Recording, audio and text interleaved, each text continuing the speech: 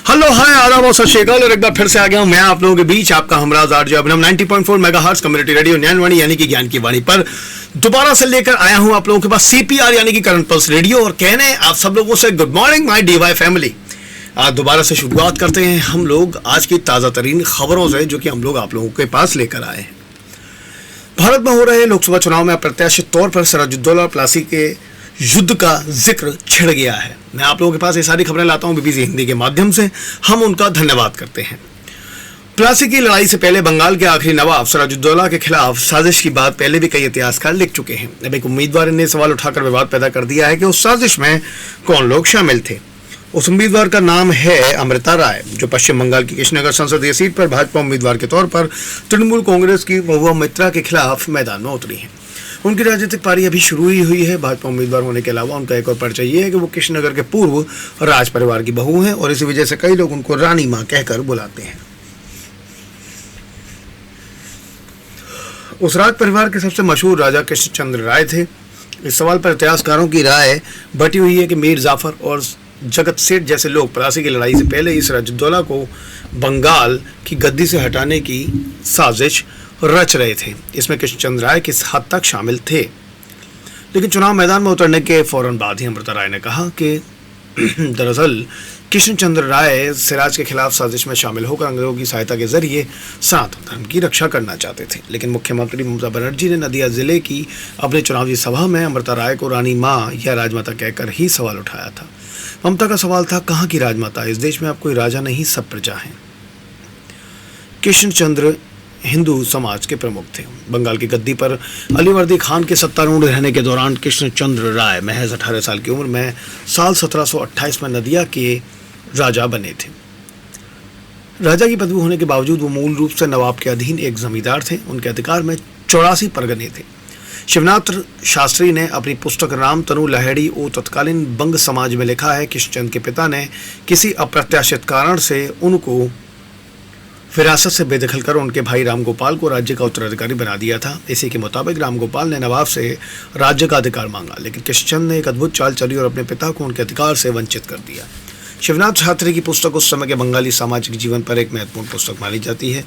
उन्होंने लिखा था, कृष्णचंद्र बहुत शक्तिशाली होने के बावजूद धर्म या सामाजिक सुधार के प्रति पूरी तरह से उदासीन थे। यहाँ तक कि देश जिन कुरीतियों के जाल में जकड़ा था, उन्होंने उस जाल को और मजबूत करने का प्रयास किया था। कई इतिहासकारों ने लिखा है कि उनको उस समय के रूढ़िवादी हिंदू समाज का मुखिया माना जाता था। ICS अधिकारी JHE गेरेट की ओर से संकलित पुस्तक बंगाल डिस्ट्रिक्ट गजेटियर्स नदिया में कृष्णचंद्र राय के परिवार को बंगाल का सबसे रूढ़िवादी परिवार बताया गया है। दूसरी ओर W हंटर ने अपनी पुस्तक a statistical account of Bengal के दूसरे खंड में लिखा है, तमाम लोगों ने उनके हिंदू समाज के मुखिया के रूप में स्वीकार कर लिया था। जात पात के मुद्दे से जुड़े हर सवाल पर उनका फैसला ही अंतिम माना जाता था। कृष्णचंद्र ने विधवा विवाह की परंपरा शुरू करने में काफ़ी बाधा पहुंचाई थी। इतिहासकार रजत कांत राय ने लिखा है कि इस समय होने वाली दुर्गा पूजा की शुरुआत का श्रेय भी कृष्णचंद्र राय को दिया जाता है, लेकिन साथ ही तमाम कुरुचिपूर्ण मनोरंजन शुरू करने वाले के तौर पर भी उनकी कुख्याति थी। प्रोफेसर राय ने साथ ही लिखा है कि शांतिपुर, भाटपारा, कुमारहट्टा और नदिया के 4 विद्वान समाज के संरक्षक के तौर पर कृष्णचंद्र का गुणगान करते हुए उनके दरबारी कवि भारत चंद्र ने अन्नदामंगल में राजा का जो परिचय दिया है, उससे धर्म का झंडा उठाने वाले मुखिया के तौर पर उनका बहुमुखी रूप सामने आता है।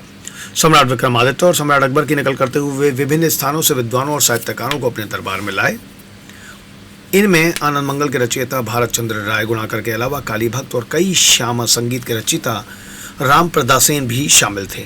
उनके अलावा तत्कालीन दौर के मशहूर कॉमेडियन गोपाल भांड़ भी उनके दरबार में शामिल थे। उनकी कॉमेडी आज भी बंगाल में लोकप्रिय है, लेकिन इतिहासकारों को इस पर संदेह है कि हकीकत में गोपाल भांड़ का कोई व्यक्ति था भी या नहीं। प्लासी की लड़ाई में कृष्णचंद्र की भूमिका। शिवनाथ शास्त्री ने रामतनु ओ तत्कालीन मंग समाज पुस्तक में लिखा है, ऐसा कहा जाता है कि राजा महेंद्र, राजा रामनारायण, राजा वल्लभ, राजा कृष्णदास, मीर जाफर इस मुद्दे पर बातचीत में शामिल थे। उनके बुलावे पर बाद में कृष्णचंद्र राय की भी इसमें शामिल हुए और उनकी सलाह पर ही अंग्रेज़ों से मदद मांगने का फैसला किया गया। लेकिन शास्त्री ने खुद ही लिखा है कि कुछ इतिहासकारों ने इस बात का विरोध किया है। उनकी राय में इस बातचीत से कृष्णचंद्र राय का कोई संबंध नहीं था। लेकिन प्लासी षड्यंत्र ओ सेकालेर समाज, प्लासी का षड्यंत्र तत्कालीन समाज पुस्तक के लेखक और इतिहासकार रजत कांत राय बीबीसी बंगला से कहते हैं कि नदियों के राजा कृष्णचंद्र ने निश्चित तौर पर ब्रिटिश ईस्ट इंडिया कंपनी से हाथ मिलाया था। प्लासी के षड्यंत्र में उनकी भूमिका काफी महत्वपूर्ण थी, लेकिन साथ ही ये भी कहना होगा कि वो बेहद प्रतिभावान व्यक्ति थे। मूल साजिशकर्ता क्या कृष्णचंद्र ही थे? प्लासी की लड़ाई के 50 साल से भी ज्यादा समय के बाद साल 1805 में राजीव लोचन बंदोपाध्याय ने महाराजा कृष्णचंद्र रायस्य चरित्र नामक कृष्णचंद्र की एक जीवन लिखी। इसमें प्लासी की साजिश का जिक्र करते हुए उन्होंने लिखा था, कृष्णचंद्र ने नवाब के समान विचारधारा वाले सभासदों की एक गोपनीय मंत्रणा सभा में कहा था कि कलकत्ता के ब्रिटिश अधिकारियों के साथ उनका परिचय है और मानना है कि सरकार चलाने की जिम्मेदारी अपने हाथों में लेने के लिए ब्रिटिश की मदद लेने के अलावा दूसरा कोई रास्ता उनके पास नहीं है। बाकी लोगों के सहमत होने के बाद कलकत्ता के काली घाट में पूजा के बहाने वहां जाकर उन्होंने ईस्ट इंडिया कंपनी के अधिकारियों से मुलाकात की और उनको अपनी योजना की जानकारी दी। कंपनी के अधिकारियों को बताया गया कि वो और उनके मित्र सिराज के प्रमुख सेनापति जफर अली खान को भी अपने पाले में खींचने में कामयाब रहे हैं। जफर अली खान ही मीर जाफर थे। कृष्णचंद्र राय ने संभवतः ब्रिटिश अधिकारियों से भरोसा हासिल कर लिया था कि वो सिराज को पराजित करने के बाद जफर अली खान उर्फ मीर जाफर को ही गद्दी पर बिठाएंगे। राजीव लोचन ने साल 1805 में लिखा था कि कृष्णचंद्र राय सिराजुद्दौला के षड्यंत्रकारी सभासदों और ईस्ट इंडिया कंपनी के बीच एक सेतु का काम कर रहे थे, लेकिन इतिहासकार रजत कांत इस राय को नहीं मानते। वो ये भी मानते हैं कि विभिन्न ग्रंथों में सिराजुद्दौला के जिन कुकर्मों की बात कही गई है उन सबके सच नहीं होने की संभावना ही ज्यादा है। इतिहासकारों की राय इन सवालों पर बटी हुई है कि सिराजुद्दौला के खिलाफ जो साजिश रची गई थी उसके पीछे के मुख्य लोग कौन थे। इसमें अमृता राय के पूर्वज कृष्णचंद्र राय की कितनी और कैसी भूमिका थी और उन्होंने किस स्तर तक मीर जाफर के साथ हाथ मिलाया था।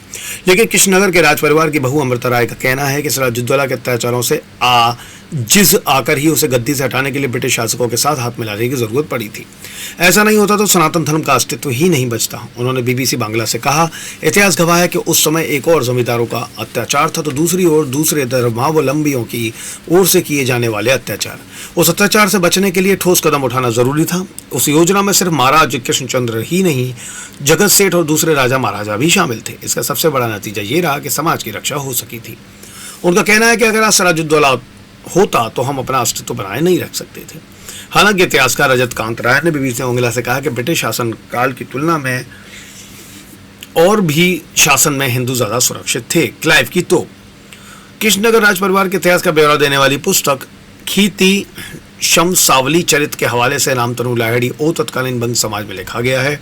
राजबाड़ी में यह किंवदंती है कि प्लासी की लड़ाई के बाद क्लाइव साहब ने कृष्णचंद्र को उनकी मदद के लिए इनाम के रूप में 5 तोपें दी थी। वो तोपें अब भी कृष्णनगर राजबाड़ी में रखी हुई हैं, लेकिन इस बात पर भी आम राय नहीं है कि प्लासी की लड़ाई में कृष्णचंद्र राय की भूमिका के बदले इनाम के तौर पर उनको कितनी तोपें दी गई थी। W. हंटर की लिखी a statistical account of Bengal के दूसरे खंड में लिखा है कि प्लासी की लड़ाई से सिराजुद्दौला की हिंसा और विश्वासघात का दौर खत्म हुआ। नदिया के कृष्णचंद्र राय ने ब्रिटिश शासन की स्थापना में जिस भूमिका का पालन किया था वो उनकी दूरदर्शिता का सबूत है। उनके कृतित्व के सम्मान के लिए लॉर्ड क्लाइव ने इनको राय बहादुर का खिताब दिया था। प्लासी की लड़ाई में इस्तेमाल की गई 1 दर्जन तोपें भी उनको दी गई जो आज भी राजबाड़ी में रखी हुई हैं। लड़ाई के बाद कंपनी का बकाया।